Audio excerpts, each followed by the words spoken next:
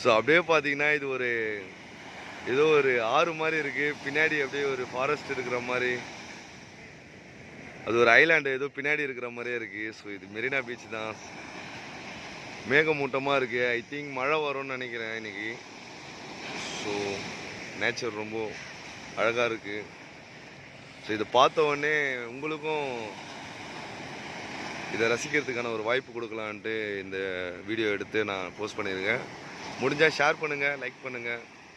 இதே போல் உங்களுக்கு நேச்சுரல் அதிகமாக வேணும், இந்த மாதிரி பிக்சர்ஸ் வேணும், வீடியோஸ் வேணும், கண்டிப்பாக லைக் பண்ணி ஷேர் பண்ணுங்கள். கண்டிப்பாக இதே மாதிரி அடுத்தடுத்து வீடியோ போடுறேன். Thank you so much.